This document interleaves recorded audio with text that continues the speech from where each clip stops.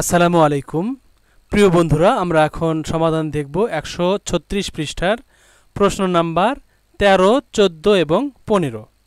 বন্ধুরা এখন দেখো আমরা 13 নাম্বার সমাধান করব। 7 সেন্টিমিটার দৈর্ঘ্যের রেখাংশের মধ্যবিন্দুতে রুলার কম্পাসের সাহায্যে একটি নির্দিষ্ট লম্ব আঁকো। তাহলে আমাদের মধ্যবিন্দু নির্ণয় করতে হবে। মধ্যবিন্দু প্রথম কাজ হলো 7 সেন্টিমিটার রেখাংশ আঁকা, তারপরে মধ্যবিন্দু নির্ণয় করা, তারপরে একটা লম্ব আঁকা। তাহলে এই তিনটা কাজ আমাদের এখানে করতে হবে। 13 নাম্বার যদি সমাধান করি তাহলে অবশ্যই প্রথমে 7 সেন্টিমিটার একটা রেখাংশ আমরা আঁকব। এই জন্য আমাদের দরকার হবে রুলার। অবশ্যই আমরা এই দিকে আঁকবো না, দেখো এইদিকে কিন্তু ইঞ্চ আছে, ইঞ্চ। তাহলে আমরা অবশ্যই সেন্টিমিটারের দিকে ঘুরিয়ে নিব স্কেলটা। তাহলে যদি সেন্টিমিটার ধরি আমরা অবশ্যই 0 থেকে শুরু করব, 0 থেকে 7 সেন্টিমিটার। আর এই যে দেখো এখানে 0। তাহলে এত বড় রেখা আমরা এঁকে নিলাম।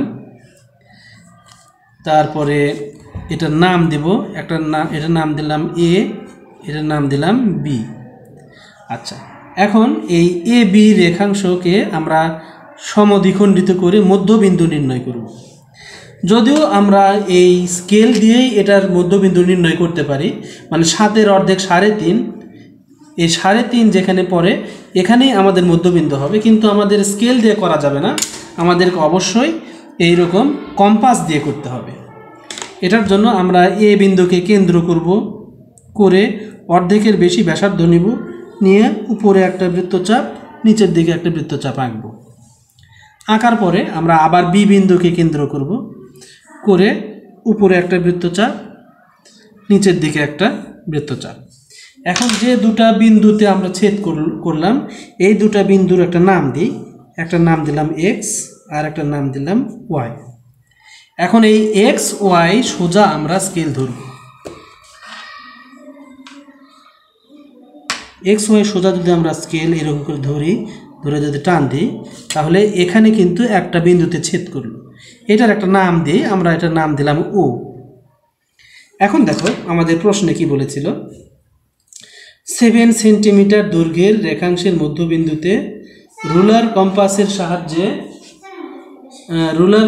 সাহায্যে একটি নির্দিষ্ট লম্ব আঁকো। তাহলে আমরা রুলার কম্পাসের সাহায্যে এই লম্বটা আঁকলাম। এখানে দেখো এই এ বি রেখার মধ্যবিন্দু হলো ও, আর এই ও বিন্দুতেই এই যে এক্স ও, এটা কিন্তু একটা লম্ব। তাহলে এই কথাটা আমরা এখন অঙ্কনের বিবরণে লিখে দেব। আমরা 13 নাম্বার প্রশ্নের সমাধান কিন্তু আমরা হাতে কলমে দেখে নিলাম। এখন আমরা দেখব কিভাবে লিখে আমরা এটাকে সমাধান করব, মানে লেখার সময় আমরা কি লিখব। আমরা প্রথমে লিখতে পারি নির্দেশনা, এই কথাটা লিখতে পারি, অর্থাৎ এখানে আমাদের কি করতে বলেছে সেটাই হলো নির্দেশনা। আমরা প্রশ্নটা পড়ে দেখতে পাচ্ছি 7 সেন্টিমিটার দৈর্ঘ্যের রেখাংশ আঁকতে হবে, এটা আমরা লিখব। তারপরে সেই রেখাংশের মধ্যবিন্দুতে একটা লম্ব আঁকব। এই দুটা কাজ আমাদের এখানে করতে বলেছে, তাহলে এই দুটা নির্দেশনা আমরা এখানে লিখে দেব। আবার এরপরে আমরা লিখব যে অঙ্কনের ধাপ, মানে কয়টা ধাপে আমরা এটার সমাধান করব। তাহলে প্রথম ধাপে আমরা কি করেছি আঁকার সময়, তোমরা যদি খেয়াল করো যে প্রথম ধাপে আমরা এই যে এ বি রেখা এঁকেছি। তাহলে আমরা লিখব যে 1 নাম্বার, অর্থাৎ প্রথম ধাপ, রুলারের সাহায্যে, এখানে 1 নাম্বারও লেখা যায় অথবা ধাপ 1 এটাও লেখা যায়।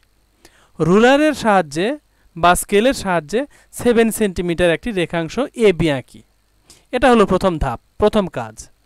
আমরা দ্বিতীয় ধাপে লিখব যে এ বিন্দুকে কেন্দ্র করে অর্ধেকের বেশি ব্যাসার্ধ নিয়ে, মানে এ আর বি যত বড় তার অর্ধেকের বেশি ব্যাসার্ধ নিয়ে দুটি বৃত্তচাপ আঁকি, এবং বি বিন্দুকে কেন্দ্র করে দুটি বৃত্তচাপ আঁকি। তাহলে বৃত্তচাপগুলি এক্স এবং এই যে ওয়াই বিন্দুতে ছেদ করলো। তৃতীয় ধাপে লিখব এই যে এক্স ওয়াই যোগ করি, যা ও বিন্দুতে ছেদ করলো। এরপরে চতুর্থ ধাপে আমরা লিখতে পারি যে সুতরাং O X is perpendicular on A B, অর্থাৎ আমরা এই চিহ্নকে বলবো ইজ পারপেন্ডিকুলার অন, অর্থাৎ এটা হলো লম্ব। তাহলে আমরা 4 নম্বর ধাপে লিখতে পারি সুতরাং O X is perpendicular on A B, অথবা লিখতে পারি যে ও এক্স রেখাটি এ বি রেখার উপরে লম্ব অঙ্কিত হলো, এটাও আমরা লিখতে পারি। বন্ধুরা, আমরা এখন 14 নাম্বারটার সমাধান দেখব। দেখো এখানে বলেছে 8 সেন্টিমিটার দৈর্ঘ্যের রেখাংশের মধ্যবিন্দুতে লম্ব আঁকো। এখন এই 8টাকে দেখো আমরা কিন্তু ভুল করে 4 মনে করতে পারি।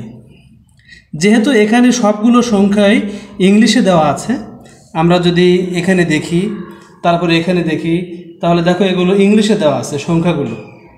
সুতরাং আমরা বুঝতে পারছি যে এটা 4 নয়, এটা হলো 8। আচ্ছা, এখন এই 8 সেন্টিমিটার দৈর্ঘ্যের রেখাংশের মধ্যবিন্দুতে লম্ব আঁকো। তাহলে আমাদের অবশ্যই রুলার দরকার বা স্কেল দরকার। স্কেল দিয়ে আমরা কি করব, একটা 8 সেন্টিমিটার ব্যাসার্ধ মানে 8 সেন্টিমিটার লম্বা একটা রেখাংশ আঁকব। আমরা এখান থেকে শুরু করে একেবারে 8 যেখানে সেখানে এনে থামলাম,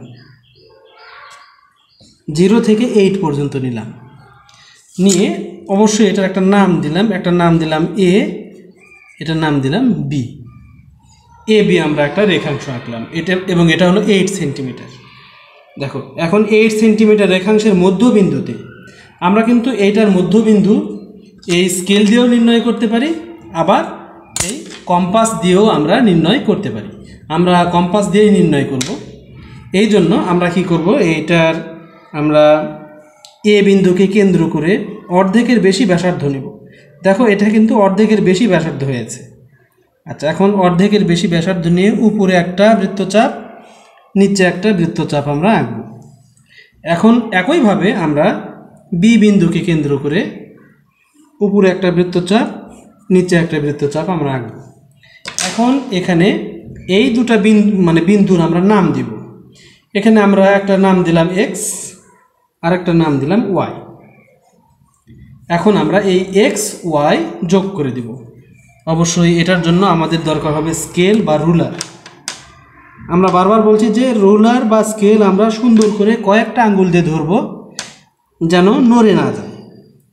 এখন আমরা এই সোজা একটা দাগ দেব, দেওয়ার ফলে দেখো এ বি রেখার উপরে একটা বিন্দুতে ছেদ করেছে, এটার একটা নাম দিব, আমরা নাম দিলাম ও।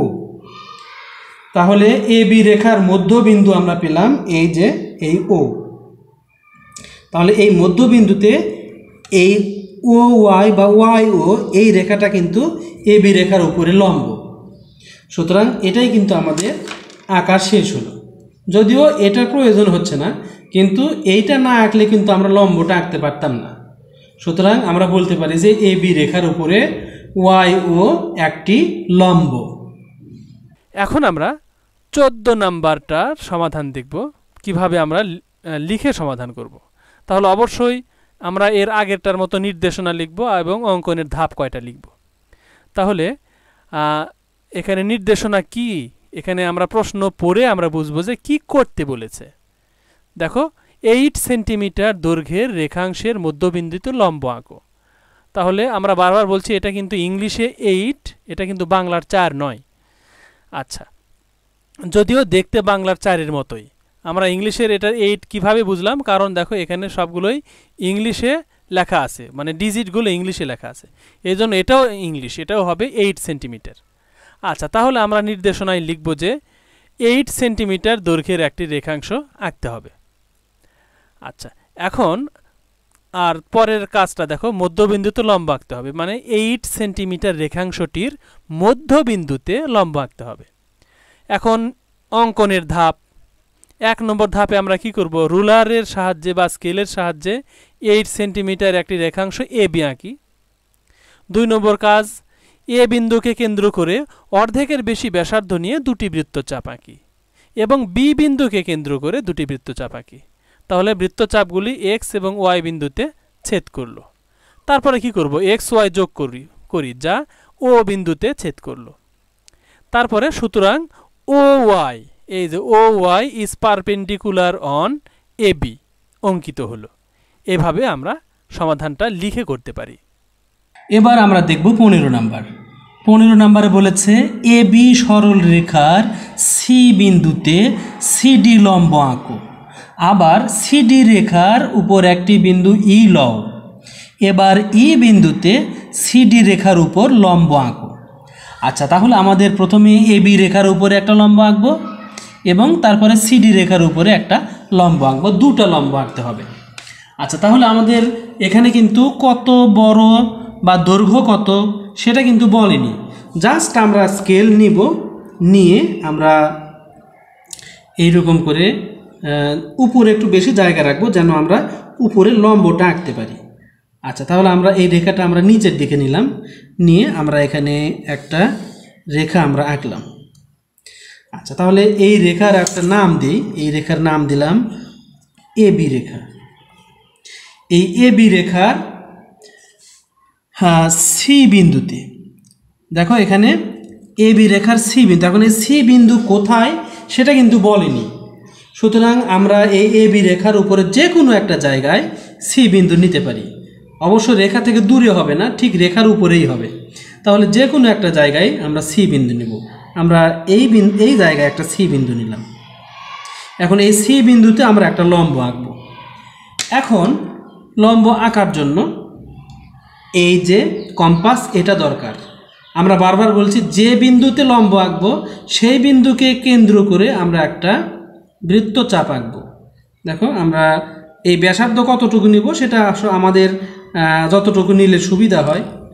আমরা এতটুকু নিলে এই পার্শ্বে এবং এই পার্শ্বে দুটা বিন্দু আমরা পেলাম। আচ্ছা, এখন এই দুটা বিন্দুকে কেন্দ্র করে আবার আমরা ব্যাসার্ধ মানে এই ব্যাসার্ধটা বাড়িয়ে দেব যেন আমরা উপরের দিকে, এখান থেকে উপরের দিকে একটা বৃত্তচাপ পাই এবং এখান থেকে এখানে একটা বৃত্তচাপ পাই। তাহলে এখন এই যে নতুন বিন্দু, এই বিন্দু আর এই সি বিন্দু, এই দুই বিন্দু সোজা যদি আমরা এই রুলারটা ধরে যদি আমরা একটা এরকম রেখা আঁকি, তাহলে দেখো এই রেখাটা কিন্তু এই এ বি রেখার উপরে লম্ব হলো। সুতরাং এইটার একটা নাম দিব, এইটার নাম দিলাম আমরা ডি। আচ্ছা, তাহলে সিডি লম্ব এখানে আমরা আঁকলাম। দেখো এখানে প্রশ্নে দেখো আবার বলেছে যে আবার সিডি রেখার উপর একটি বিন্দু ই লও। তাহলে সিডি রেখার উপরে যে কোনো একটা জায়গায় আমরা এই ফাঁকা জায়গায় একটা বিন্দু ই নিলাম, এই বিন্দুর নাম দিলাম ই। আচ্ছা, এখন এই বিন্দুতে আমরা এখানে একটা লম্ব আঁকবো। সুতরাং আমরা এই যে এইরকম কম্পাস দিয়ে কি করব, এই ই বিন্দুর এখান থেকে আমরা এই রকম করে একটা বৃত্তচাপ আঁকলাম। এঁকে এখানে একটা বিন্দু, এখানে একটা বিন্দু পেলাম। এখন এই দুই বিন্দুকে আবার কেন্দ্র করব। তাহলে প্রথমে আমরা এটাকে কেন্দ্র করে এটার একটু পরিমাণ বাড়ায় দেই, মানে এই ফাঁকটা একটু বড় করি যেন একটু উপরে এসে এটার এই বৃত্তচাপটা পড়ে। এখন আমরা এই বিন্দুকে কেন্দ্র করে আর একটা বৃত্তচাপ আঁকব। আঁকলে আমরা এই নতুন যে বিন্দুটা পেলাম, মানে এই যে এই বিন্দু আর হলো এই ই বিন্দু, এই দুটো আমরা যোগ করে দেব। ব্যাস, তাহলে আমরা এখান থেকে এই পর্যন্ত আমরা এটা যোগ করে দিলাম। তাহলে আমরা এখানে যে বিন্দুটা পেলাম এটার নাম কিন্তু এখানে দিয়েছে ই বিন্দুর উপরে একটা লম্ব। আচ্ছা, তাহলে এখানে একটা নাম দিই, এফ নাম দিলাম। এখানে আমরা নাম দিলাম এফ। তাহলে দেখো এই এ বি রেখার উপরে সিডি একটা লম্ব, আবার সিডি রেখার উপরে ইএফ আরেকটা লম্ব। তাহলে এইভাবেই কিন্তু আমরা 15 নাম্বার শেষ করলাম। এরপরে দেখো 15 নম্বরে আমরা যদি প্রশ্ন পড়ি তাহলে নির্দেশনা আমরা বুঝতে পারবো যে আমরা কি কি নির্দেশনা রয়েছে বা কি কি করণীয় রয়েছে। দেখো এ বি সরল রেখার সি বিন্দুতে সিডি লম্ব আঁকতে হবে, মানে এই এ বি সরল রেখার সি বিন্দুতে একটা লম্ব আঁকবো। আবার এই যে সিডির সরল রেখা হলো এই রেখার ই বিন্দুতে আরেকটা লম্ব আঁকবো। এখানে এই লম্বের শেষের লম্বের কিন্তু নাম দেয়নি। দেখো প্রথম লম্বের নাম সিডি দিয়েছে, আর শেষের সিডি রেখার উপরে যে লম্ব সেটার আগে কিন্তু কোনো অক্ষর এখানে নাই, অর্থাৎ এখানে আমরা ই আর এফ নাম দিলাম।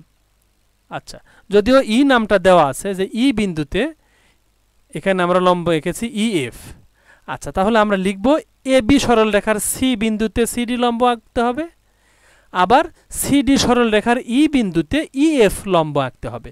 এই দুটা কাজ আমরা নির্দেশনায় লিখলাম। এখন আমরা লিখব অঙ্কনের ধাপ। প্রথম ধাপে অবশ্যই রেখা আঁকার কাজ। রুলারের সাহায্যে রেখাংশ এ বি আঁকি। এখানে কিন্তু কত বড়, কত সেন্টিমিটার সেটা কিন্তু বলেনি, আমরাও দিলাম না। তারপরে এ বি রেখার উপর সি একটি বিন্দু লই। এই যে এ বি রেখা, সেই ঠিক রেখায় আমরা যে কোনো জায়গায়, এখানে হতে পারে, এই পাশে হতে পারে, এই ঠিক মাঝখানে হতে পারে, যে কোনো একটা জায়গায় সি বিন্দু নেব। আচ্ছা, এখন আমরা সি বিন্দুকে কেন্দ্র করে এ বি রেখার উপর, মানে সি বিন্দুকে কেন্দ্র করে এমন একটা ব্যাসার্ধ নেব যেন এই বিন্দু এবং এই বিন্দুতে ছেদ করে। যদি আমরা বড় ব্যাসার্ধ নিতাম তাহলে কিন্তু এটা এখান থেকে পার হয়ে এ পার হয়ে আসতো। সুতরাং যত বড় ব্যাসার্ধ নিলে দুইটা জায়গায় ছেদ করবে বা স্পর্শ করবে, তত বড় আমরা একটা সুবিধা মতো ব্যাসার্ধ নিব। নিয়ে আমরা একটা বৃত্তচাপ আঁকবো। সেই বৃত্তচাপকে দেখো আমরা আবার এখানে এর কাছে একটা এবং এই বি রেখার এখানে কিন্তু একটা ছেদ করেছে।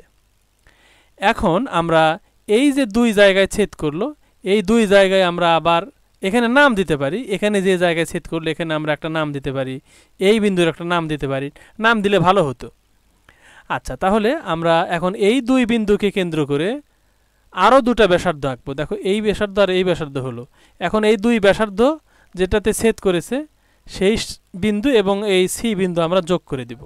তাহলে উক্ত ছেদ করেছে ব্যাসার্ধটি দুটি বিন্দুতে ছেদ করেছে, মানে এই এর কাছে এই এক বিন্দুতে, এখানে আরেক বিন্দুতে ছেদ করেছে। পরের ধাপে গিয়ে উক্ত বিন্দু দ্বয়কে, মানে এই যে এই বিন্দু আর হলো এই যে এই বিন্দু, এই দুই বিন্দুকে মানে বিন্দু দ্বয়কে কেন্দ্র করে এবার দুটি বৃত্তচাপ আঁকি। তাহলে এই বিন্দুকে কেন্দ্র করে এই বৃত্তচাপ, আবার এই বিন্দুকে কেন্দ্র করে এই বৃত্তচাপ আঁকি। এখন এই দুটা বৃত্তচাপ ডি বিন্দুতে ছেদ করলো। এখন আমরা লিখব যে সিডি যোগ করি। এই যে সি বিন্দু আর এই যে নতুন এই যে বিন্দু সিডি যোগ করি। এরপরে কাজ হলো সিডি রেখার উপর যে কোনো স্থানে ই বিন্দু লই।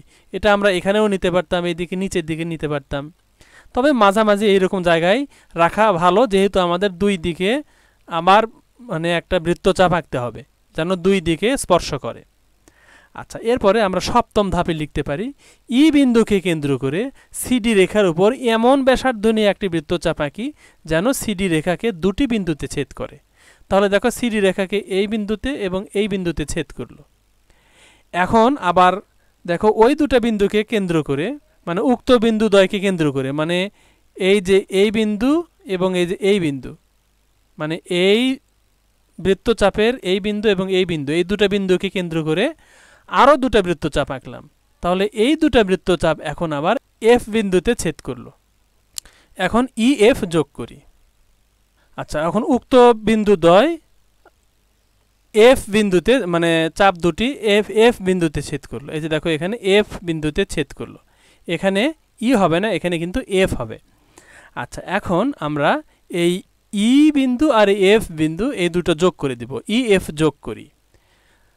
10 নম্বর ধাপে লিখব যে সুতরাং এ বি সরলরেখার সি বিন্দুতে সিডি লম্ব এবং সিডি সরলরেখার ই বিন্দুতে ই এফ লম্ব অঙ্কিত হলো। এই কথাটা আমরা সর্বশেষে লিখে দেব। আর সেই সাথে এখনকার মতো এই ভিডিও এখানে রাখছি। আল্লাহ হাফেজ।